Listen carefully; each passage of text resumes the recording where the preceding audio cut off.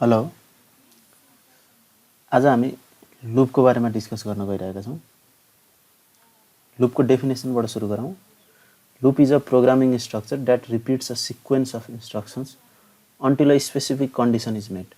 Loop के हो त? एउटा विशेष कन्डिसन मिट हुन्जेलसम्म चाहिँ एउटा कुनै पनि कार्य चाहिँ रिपिट गरिरहन्छ, रिपिटेसन भइरहन्छ। जबसम्म चाहिँ त्यसको चाहिँ स्पेशल कन्डिसन चाहिँ स्पेसिफिक कन्डिसन चाहिँ मिट हुन्छ तबसम्म त्यो कार्य रिपिट गरिरहन्छ। जब मिट हुँदैन, फल्स हुन्छ स्टेटमेन्ट, फल्स स्टेटमेन्ट भइसकेपछि जो चाहिँ लुपबाट चाहिँ बाहिर हुन्छ, टर्मिनेट। यसरी हाम्रो लुप टर्मिनेट हुन्छ। एउटा फ्लो चार्टबाट हेरौँ यसलाई। जस्तै प्रोग्राम सुरु भयो, प्रोग्राम स्टार्ट भइसकेपछि प्रोग्राम चाहिँ हाम्रो एउटा कन्डिसन छ। त्यो कन्डिसन मिट हुन्जेलसम्म हाम्रो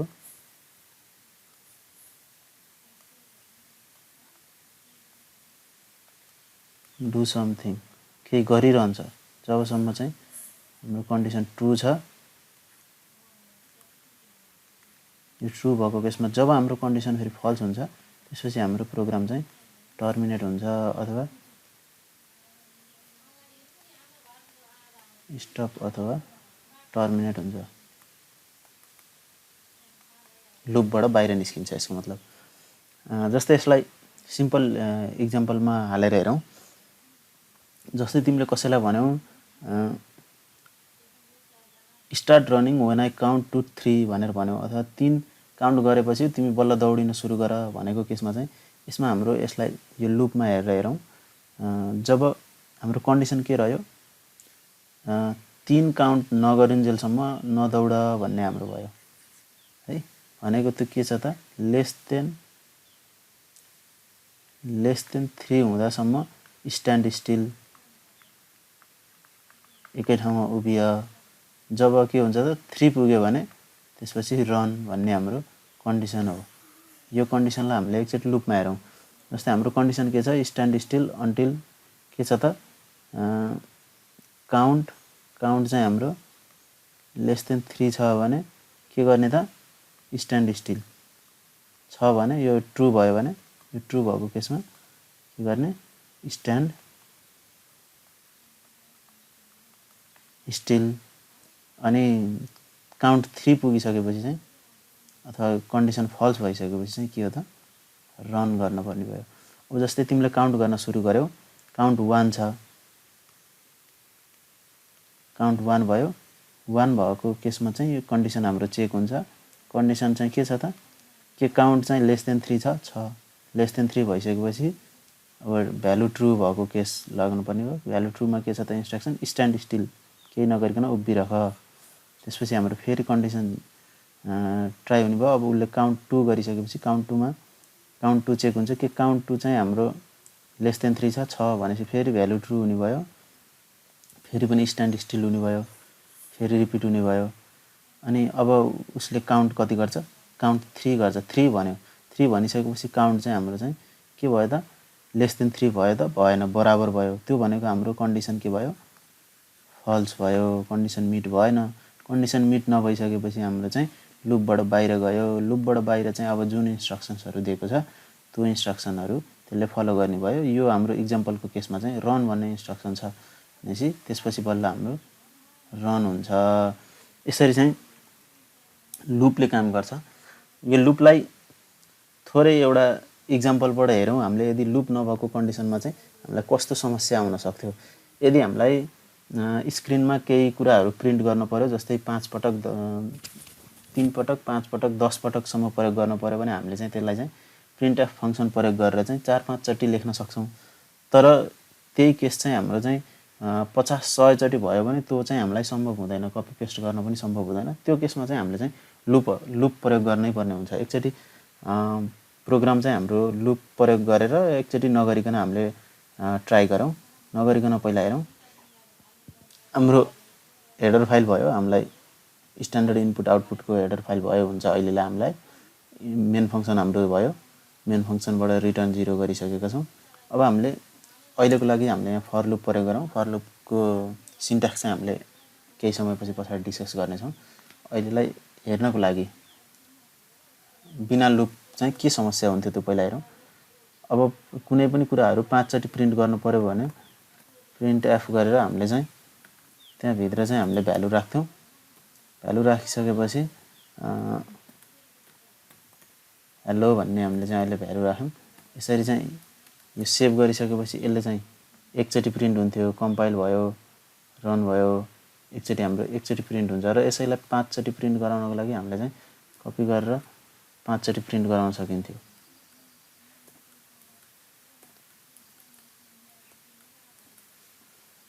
सेभ गरेर कम्पाइल गरेर रन गरिसकेपछि यसरी 5 वटा हाम्रो hello hello hello hello hello आएको छ। यो 5 वटा सम्भव भयो। तर यही केस हाम्रो चाहिँ 100 चोटि प्रिन्ट गर्नुपर्ने अथवा 200 चोटि 1000 चोटि भएको केसमा चाहिँ हामीलाई चाहिँ यो चाहिँ सम्भव हुँदैन। टाइम कन्ज्युमिङ पनि हुन्छ र त्यो त्यस्तो गर्नु लुपको बारेमा छलफल गरिसकेपछि चाहिँ मूर्खै हो जस्तो देखिन्छ।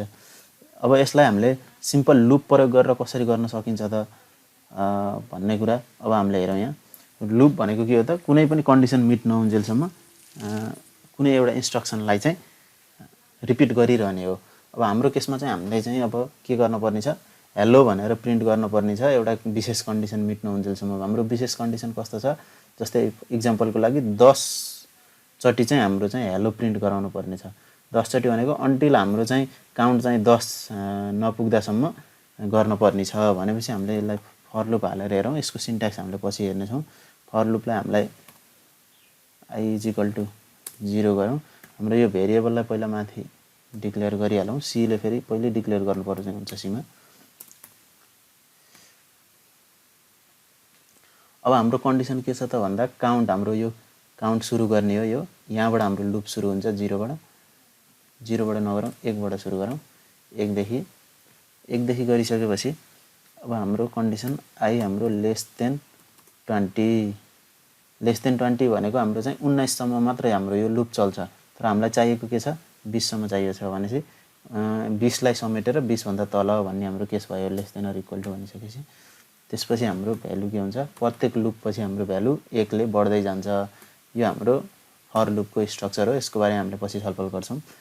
अब यहाँ हामीले हाम्रो यो लुप अब हाम्रो 20 चोटि चाहिँ हाम्रो यो लुप रिपिट हुन्छ। अब त्यहाँ हामीले गर्नुपर्ने भनेको हाम्रो इन्स्ट्रक्सन दिनुपर्ने मात्र काम बाँकी रह्यो। प्रिन्ट एफ गरौँ। त्यसपछि हाम्रो इन्स्ट्रक्सन दिउँ हेलो। अब यसलाई हामीले सेभ गरेर कम्पाइल सक्सेस भयो। रन गरिसकेपछि यसले चाहिँ हाम्रो 20 चोटि हेलो चाहिँ प्रिन्ट गरेको छ। यसरी हामीले कुनै पनि कुराहरूलाई रिपिट गर्नको लागि प्रोसेस रिपिट गर्नको लागि चाहिँ कुनै पनि इन्स्ट्रक्सनहरूलाई बार बार त्यही दोहोऱ्याउनु पर्यो भने त्यस्तो केसमा हामीले चाहिँ लुपहरू प्रयोग गर्छौँ। अब हामीलाई समस्या के हुन्थ्यो लुप नहुँदा र लुप भइसकेपछि कसरी सहज भयो भन्ने कुराहरू पनि हामीले हेर्यौँ। अब लुपहरू मध्ये अब हामीले यो फर लुपलाई हामीले डिस्कस गर्नेछौँ। अहिलेलाई फर लुप डिस्कस गर्न जाउँ।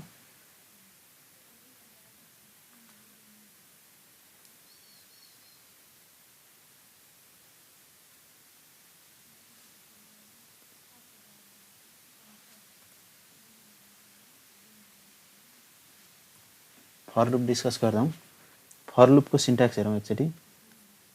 फर लुप भयो। त्यसपछि हाम्रो यहाँ हुन्छ इनिसियलाइजेसन अफ भेरिएबल। डिक्लेयर भएको भेरिएबललाई हामीले यो भागमा इनिसियलाइज गर्छौँ। इनिसियलाइज गरिसकेपछि हाम्रो कन्डिसन हुन्छ condition to terminate.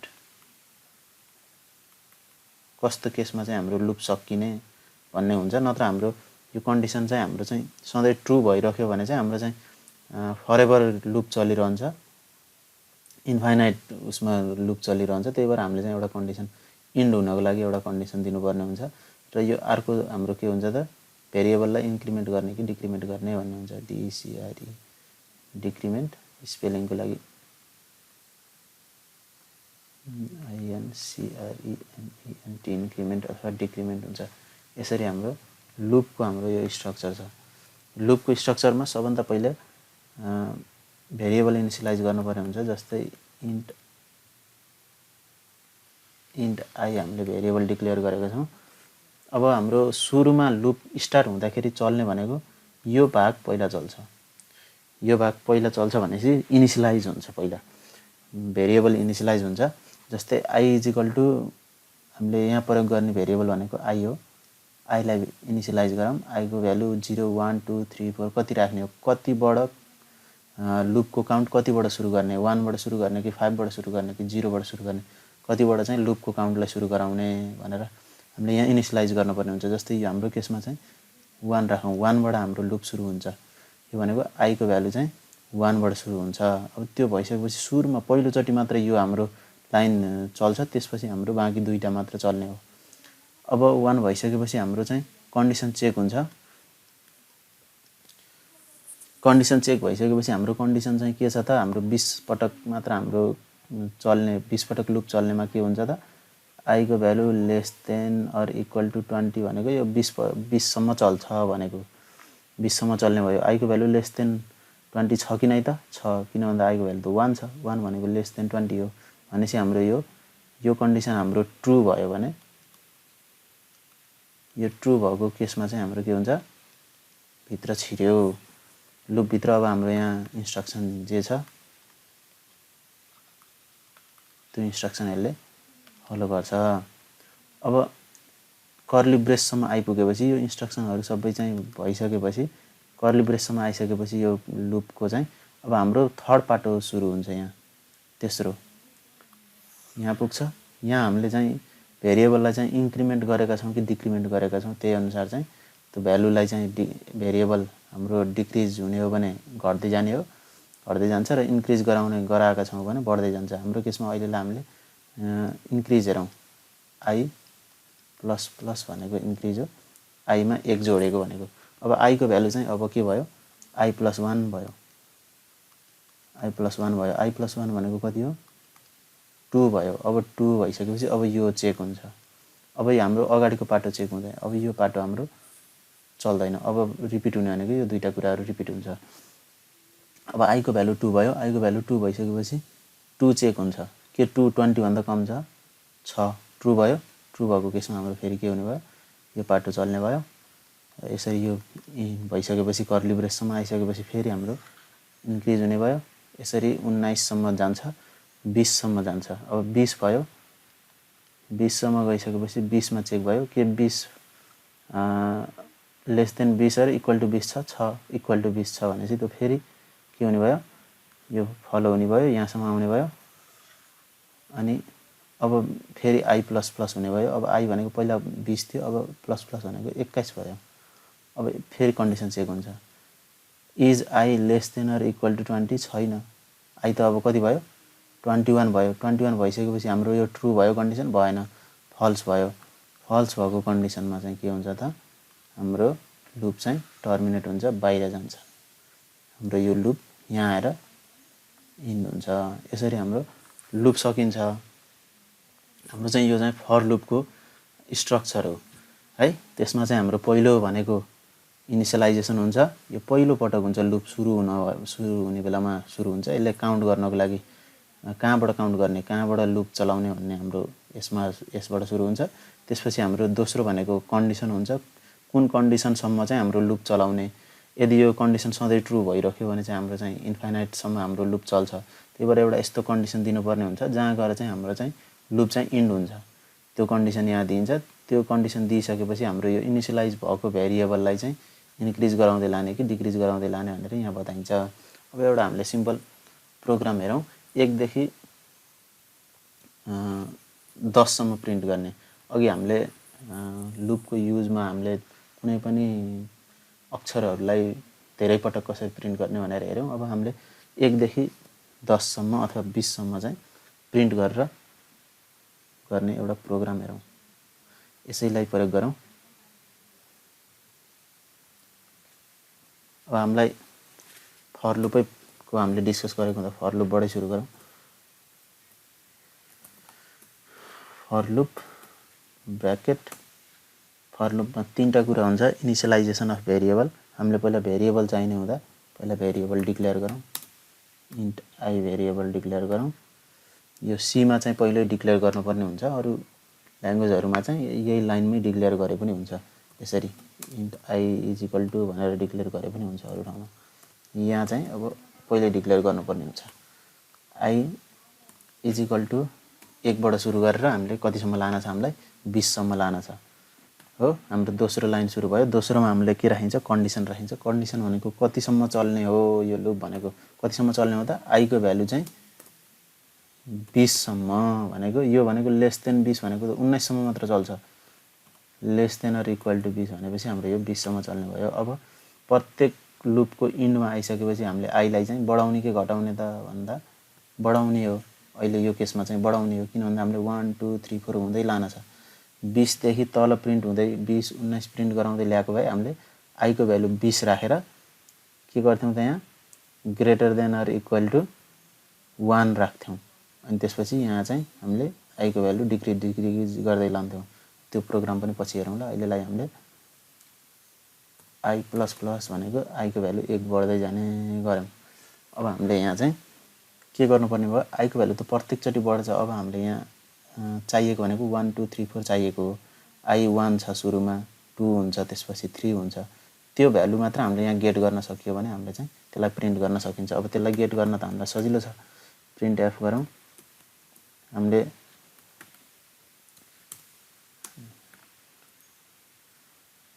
Int भ्यालुलाई print गर्नको लागि %t प्रयोग गरौँ। अब लाइन प्रत्येक प्रिन्ट पछि लाइन चेन्ज गर्नको लागि /n पनि प्रयोग गरौँ। /n कमा गरेर अब हामीले यो आईलाई हामीले प्रिन्ट गराइदियौँ भने त यहाँ आई प्रिन्ट हुन्छ। आई को भ्यालु प्रत्येकचोटि बढ्दै जाने हुँदा अब यो प्रत्येकचोटि चाहिँ 1 2 3 4 हुँदै जान्छ। कतिसम्म चल्छ त भन्दा less than or equal to 20 सम्म भनेपछि 1 बाट सुरु हुन्छ, 20 सम्म जान्छ र त्यो प्रत्येकचोटि आईलाई चाहिँ यसले गेट गरेर प्रिन्ट गर्दै जान्छ। यसरी यो प्रोग्राम हेरौँ हामीले एकचोटि। सेभ भयो, कम्पाइल सक्सेस भयो, रन। यसरी हाम्रो चाहिँ 1 देखि 20 सम्म हाम्रो के भयो त, प्रिन्ट भयो। अब हामीले अर्को सिम्पल प्रोग्राम हेरौँ जसमा चाहिँ इफ कन्डिसनसँग कम्बाइन गरेर लुपलाई कसरी प्रयोग गर्ने भनेर। अब यही केसमा चाहिँ हामीले चाहिँ 20 सम्म हामीले लगातार प्रिन्ट गर्यौं। अब यसमा चाहिँ हामीले इभन नम्बरहरु मात्र प्रिन्ट गरौँ। एकचोटि इभन नम्बरहरु मात्र प्रिन्ट गर्नको लागि चाहिँ हाम्रो लुप चाहिँ के गर्ने भयो त, 20 सम्म त चल्नै जो भयो। 20 सम्म लुप चलाउनै पर्ने भयो, किन भन्दा पहिला त हामीले 1 लाई चेक गर्नुपर्ने भयो, फेरि 2 लाई चेक गर्ने, 3 लाई चेक गर्ने, 4 लाई चेक गर्ने गर्नको लागि लुपले हामीलाई चाहिँ मद्दत गर्छ। 1 को भ्यालु बढ्दै जान्छ र त्यही भ्यालुलाई हामीले चेक गर्दै जाने हो। यदि चाहिँ हाम्रो फेरि कन्डिसन मिट भयो भने इफ कन्डिसन लगाउँदा त्यो चाहिँ हामीले प्रिन्ट गर्ने छौं। अब इफ कन्डिसन सुरु गरौँ। इफ आई को भ्यालु, आई लाई चाहिँ हाम्रो 2 ले मज्जाले डिभाइड हुन्छ भने, मतलब त्यसको रिमाइन्डर चाहिँ 0 आउँछ भने है, त्यो चाहिँ हाम्रो के हुने भयो त, इभन नम्बर हुने भयो।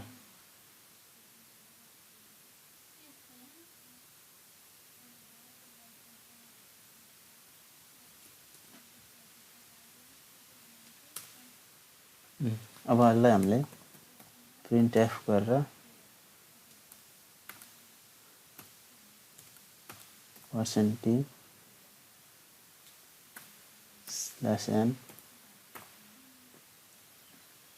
आई को भ्यालु गरेपछि यसरी चाहिँ हाम्रो चाहिँ यो सेभ गरेपछि हाम्रो के हुने भयो, सुरुमा 1 देखि सुरु हुने भयो।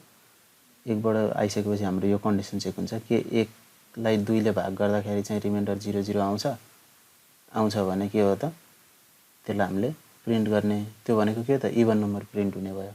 यसरी हाम्रो 20 सम्म चाहिँ यो लुप चलिरहन्छ र 20 सम्मको इभन नम्बरहरु यसले प्रिन्ट गर्छ। सेभ गरौँ, कम्पाइल गरौँ, कम्पाइल सक्सेस भयो, रन गरौँ। 2 4 6 8 यसरी हाम्रो 20 सम्मको चाहिँ इभन नम्बरहरु यसरी प्रिन्ट भयो। यसरी हामीले लुपको प्रयोग गर्न सकिन्छ। र तपाईहरुले पनि लुपको अन्य प्रोग्रामहरु ट्राई गर्न सक्नुहुन्छ। यस्तै सेम प्रोग्रामलाई चाहिँ अड नम्बर प्रिन्ट गर्ने प्रोग्रामहरू गर्न सक्नुहुन्छ। अन्य अरू लुपका प्रब्लमहरू हामीले फर्दर क्लासमा हेर्नेछौँ। आजलाई यति। Thank you.